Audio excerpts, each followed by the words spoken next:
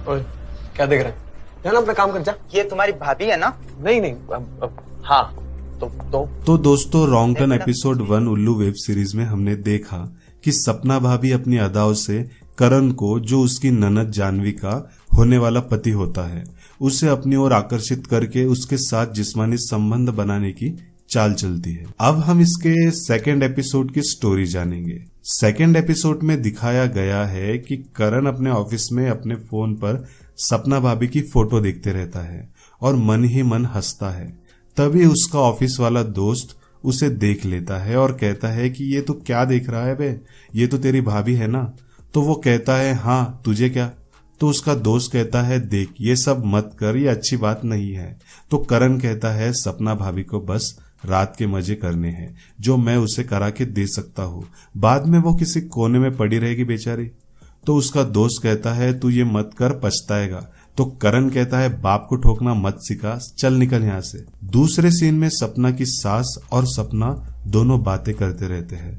उसी समय करण और जानवी के रूम से जोर जोर से आवाजें आती है। तो सपना की सास उसे कहती है कि ये करण क्यों बार बार हमारे घर में आते रहता है और दिन भर यहीं पड़े रहता है। जानवी से अभी तक उसकी शादी नहीं हुई, फिर बिना शादी के किसी लड़की के साथ इतना करीब आना सही नहीं है।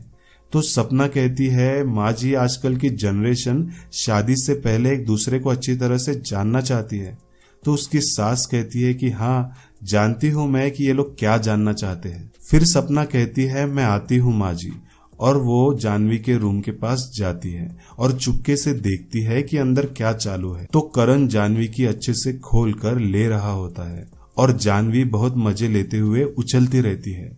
यह देखकर सपना भाभी के साड़ी के अंदर आग सी लग जाती है और वो भागते हुए अपने पति के पास जाती है और उसका पति नल्ले की तरह लैपटॉप पर ऑफिस का काम कर रहा होता है।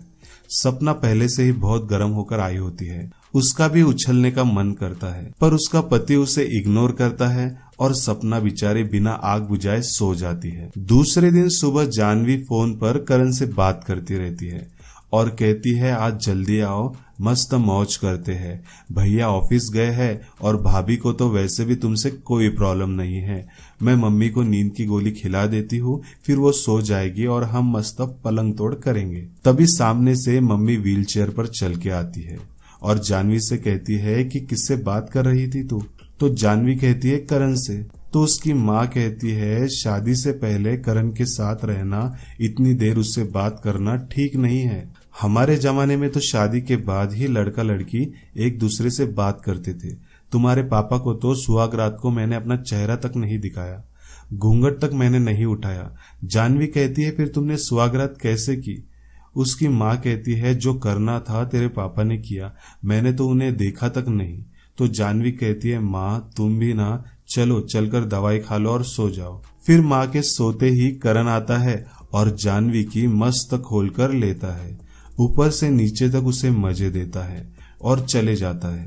थोड़ी देर बाद डोरबेल बजती है और जानवी दरवाजा खोलती है और एक लड़का खड़ा होता है। उसे देखकर तो जानवी के होश उड़ जाते हैं। पीछे से सपना भाभी आती है और जानवी से कहती है जानवी, ये इंटीरियर डिजाइनर पवन है, इन्हें अपना कमरा दिखाओ। जानवी पवन को कमरे में लेके आती है और कहती है तुम यहाँ क्यों आए हो, तुम्हारा मेरा रिलेशनशिप खत्म हो गया है, तुम मेरे पास्ट हो और करण मेरा प्रेजेंट, तुम चले जाओ यहाँ से।